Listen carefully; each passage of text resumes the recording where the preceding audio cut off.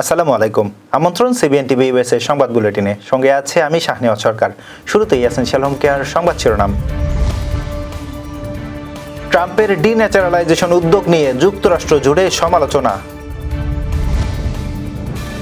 নোবেলের পেছনে ট্রাম্প, আলোচনা সমালোচনা তুঙ্গে। যুক্তরাষ্ট্রের ভিসায় নতুন ফি, বাংলাদেশিদের খরচ বাড়বে 2.5 গুণ। আশার আলো দেখিয়ে ভেস্তে যাওয়ার মুখে গাজা যুদ্ধবিরতি আলোচনা।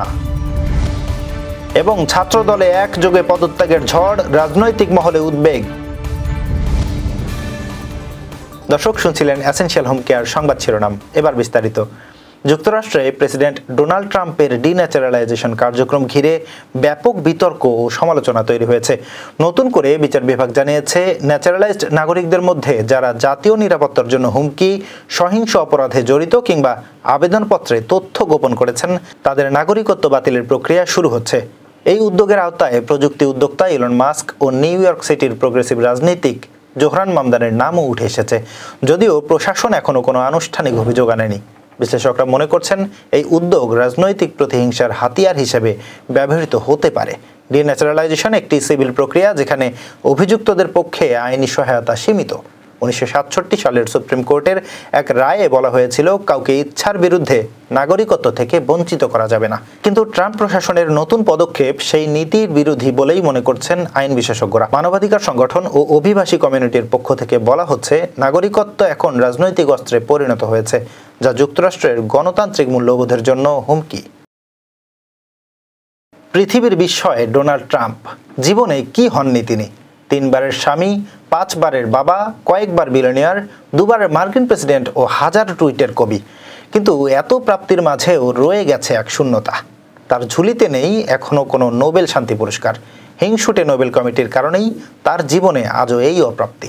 2009 সালে বারাক ওবামা শান্তিতে নোবেল পুরস্কার জেতার পর থেকেই ট্রাম্প যেন সেই সোনার হরিণের পেছনেই ছুটছেন। বিভিন্ন রাষ্ট্রনেতার কাছে নিজেকে মনোনয়ন দিতে আহ্বান জানিয়েছেন তিনি। সম্প্রতি ইসরায়েলের প্রধানমন্ত্রী নেতানিয়াহু ও পাকিস্তানের সেনাপ্রধান ট্রাম্পকে মনোনীত করে চিঠি দিয়েছেন নোবেল কমিটিকে।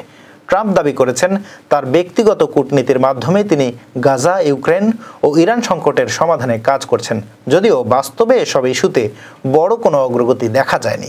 বরং গাজায় গণহত্যা চলছে, ইউক্রেনে রাশিয়ার আগ্রাসন অব্যাহত, আর ইরান যুক্তরাষ্ট্র চুক্তি স্থগিত। সমালোচকরা বলছেন, শান্তি প্রতিষ্ঠার বদলে ট্রাম্প বরং আগ্রাসী সিদ্ধান্ত ও একপাক্ষিক পররাষ্ট্রনীতির মাধ্যমে বৈশ্বিক অস্থিরতা বাড়িয়েছেন। তা সত্ত্বেও বিশ্বের কিছু নেতা ট্রাম্পকে খুশি করতে মনোনয়নের মূল্য ঝোলাচ্ছেন। নরওয়েজিয়ান পার্লামেন্টের নির্বাচিত 5 জনের একটি কমিটি প্রতি বছর 6টি ক্যাটাগরিতে নোবেল বিজয়ীদের নাম ঘোষণা করেন। ট্রাম্প জয়ী হলে অনেকেই তাকে বিতর্কিত বিজয়ী হিসেবে বিবেচনা করতে পারেন।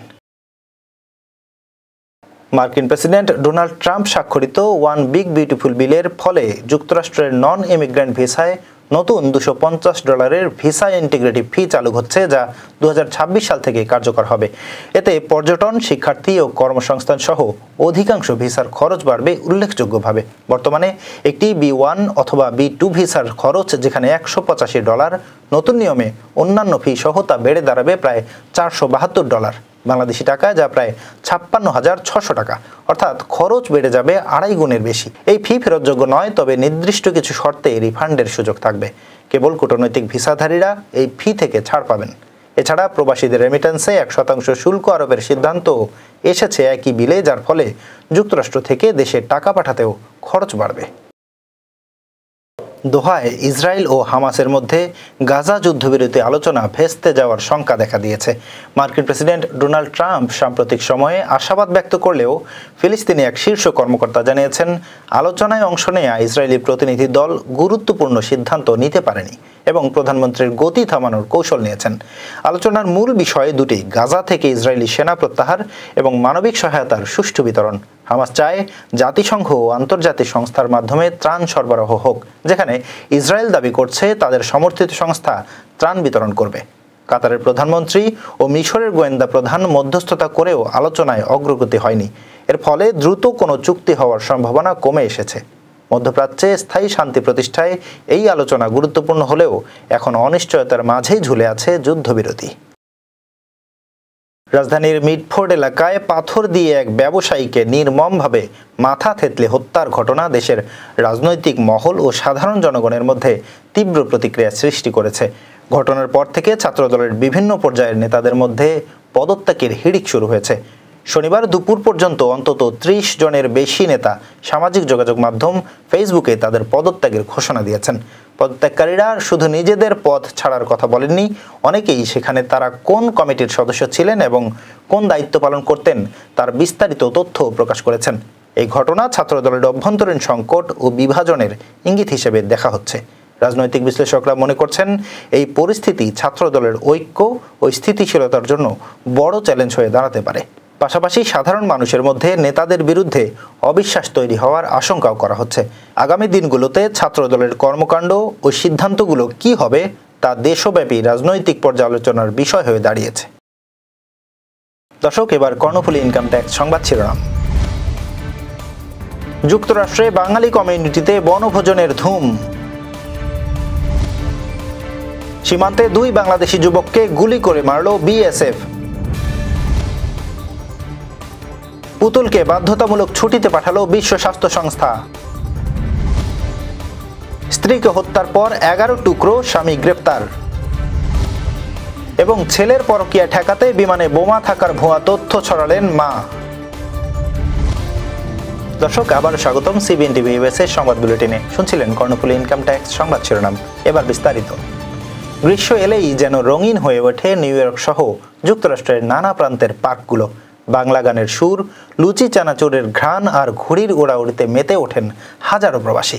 যুক্তরাষ্ট্র জুড়ে ছড়িয়ে থাকা বাংলাদেশি কমিউনিটির জন্য এই বনভোজন কেবল বিনোদনের আয়োজন নয়, বরং একদিনের জন্য হলেও শেকড়ের টানে ফিরে যাওয়ার উপলক্ষ। ভোর হতেই নানা বয়সী প্রবাসীরা জড়ো হন পার্কে। কেউ রান্নায় ব্যস্ত, কেউ খেলায়, কেউ বা আড্ডায়। দুপুরের পর শুরু হয় বাঙালি খাবারের ভোজ।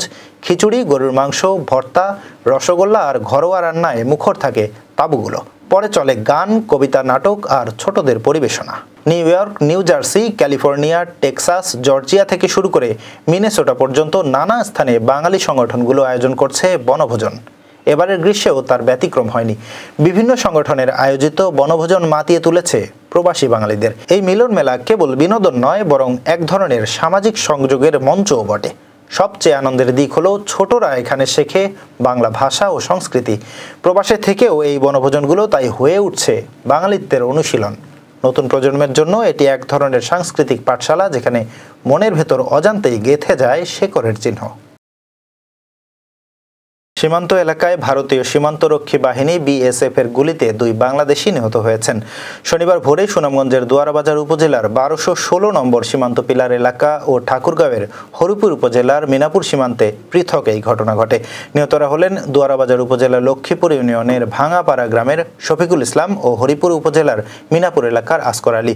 স্থানীয়রা জানান, সীমান্ত এলাকায় বিএসএফ গুলি চালালে শফিকুল ইসলাম গুরুতর আহত হন। পরে স্থানীয় লোকজন তাকে দুয়ারাবাজার হাসপাতালে ভর্তি করলে ভোরের দিকে তার মৃত্যু হয়। অন্যদিকে সীমান্ত এলাকায় গেলে ভারতের কিষানগঞ্জ ব্যাটালিয়নের সদস্যরা গুলি ছুড়লে তিনি ঘটনাস্থলেই মারা যান। তার মরদেহ ভারতের ভেতরে পড়ে রয়েছে। বিশ্ব স্বাস্থ্য সংস্থার দক্ষিণ পূর্ব এশিয়া অঞ্চলের আঞ্চলিক পরিচালক সাইমা ওয়াজেদ পুতুলকে অনির্দিষ্টকালের জন্য বাধ্যতামূলক ছুটিতে পাঠানো হয়েছে। শুক্রবার থেকে এই সিদ্ধান্ত কার্যকর হয়। বাংলাদেশে দুর্নীতি, প্রতারণা ও জালিয়াতির অভিযোগে দুর্নীতি দমন কমিশন দুদক তার বিরুদ্ধে 2টি মামলা দায়ের করার পর সংস্থাটি এই পদক্ষেপ নেয়। সাইমা ওয়াজেদ পুতুল সাবেক প্রধানমন্ত্রী শেখ হাসিনার মেয়ে। চলতি বছরের জানুয়ারিতে তিনি এ পদে যোগ দেন, তবে তার নিয়োগ নিয়ে শুরু থেকেই ছিল নানা বিতর্ক। চট্টগ্রাম নগরের বায়েজিদ বোস্তামি থানাধীন রৌফাবাদ এলাকায় স্ত্রীকে নৃশংসভাবে হত্যার পর লাশ 11 টুকরো করে গুম করার চেষ্টা মামলার প্রধান আসামি ঘাতক স্বামী সুমনকে গ্রেপ্তার করেছে র্যাব। মোহাম্মদ সুমন কুমিল্লা জেলার সদর দক্ষিণ সুয়াগাজী এলাকার মোহাম্মদ সুন্দর আলীর ছেলে। র্যাব 7 জানিয়েছে, 9 জুলাই রৌফাবাদ পাহাড়িকা হাউজিং সোসাইটির একটি ফ্ল্যাটে ধারালো অস্ত্র দিয়ে নৃশংসভাবে কুপিয়ে নিজ স্ত্রীকে হত্যা করে লাশ 11 টুকরো করে ঘরের বিভিন্ন স্থানে ফেলে রেখে গুম করার চেষ্টা করে ঘাতক স্বামী। ব্রাহ্মণবাড়িয়া জেলার বিজয়নগর থানার ফুলবাড়িয়া এলাকায় অভিযান চালিয়ে তাকে আটকের পর জিজ্ঞাসাবাদে উঠে আসে চাঞ্চল্যকর তথ্য। সে দাবি করেছে যে তার স্ত্রীর নাকি পরকীয়ার সম্পর্ক ছিল, এটা তার দাবি, তদন্তে বিস্তারিত জানা যাবে। এবং আরও জানিয়েছে যে সে তার স্ত্রীর মাথা এবং 2 হাত কেটে ফ্রিজে রেখে দিয়েছিল এবং বডির অন্য অংশগুলো হয়তো কত পিস করেছে সঠিক সংখ্যা বলতে পারছে না, 15-20 বা তার থেকে বেশি পিস করে কমোডে ফ্ল্যাশ করে দিয়েছে। পায়ের অংশটুকু খাটের নিচে রয়ে গিয়েছিল যখন অন্যান্যরা যে দেখতে পায় বিষয়টা। বিমান বাংলাদেশ এয়ারলাইন্সের ঢাকা কাঠমান্ডু ফ্লাইটে বোমা থাকার ভুয়া খবরের নেপথ্যে ছিল পরকীয়া প্রেমের কাহিনী বলে জানিয়েছে র্যাব। এই ঘটনায় এখন পর্যন্ত 3 জনকে গ্রেপ্তার করেছে র্যাব। তারা হলেন ইমরান, তার বন্ধু ইমনের স্ত্রী তাহমিনা ও ইমনের মা রাশেদা বেগম। শনিবার সকালে রাজধানীর কারওয়ান বাজারে সংবাদ সম্মেলনে এসব তথ্য জানান র্যাবের মহাপরিচালক AKM শহীদুর রহমান। এর আগে শুক্রবার বিমানে বোমা রয়েছে বলে অচেনা নম্বর থেকে ফোন করে জানানো হয়। বোমা থাকার আশঙ্কায় BG373 ফ্লাইটটিতে 3 ঘন্টা তল্লাশি চালানো হয়, কিন্তু বিমানে কোনো বোমা পাওয়া যায়নি। পরকীয়া প্রেমিকের সাথে নেপালে যাচ্ছিলেন ওই ফ্লাইটে, এটি ইমনের মা এবং তার স্ত্রী জানতে পারেন এবং তার যাত্রা বন্ধের জন্য তারা প্রচেষ্টা চালান, বাট কোনোভাবেই তারা সক্ষম হন না। তখন ইমনেরই আর এক বন্ধু ইমরান পরামর্শ দেয় যে যদি এয়ার ট্রাফিক কন্ট্রোলকে জানানো হয় যে এখানে বোমা আছে তাহলে হয়তো বিমানের যাত্রাটি বন্ধ হবে, এবং অ্যাকর্ডিংলি ওই মা টেলিফোন করেন এবং যার ফলে এই ঘটনার সংঘটিত হয়। দর্শক, এই ছিল CBN TV US এর সংবাদ বুলেটিনে। শেষ করছি। পরবর্তী বুলেটিন দেখার আমন্ত্রণ জানিয়ে এতক্ষণ সাথে থাকার জন্য ধন্যবাদ সবাইকে।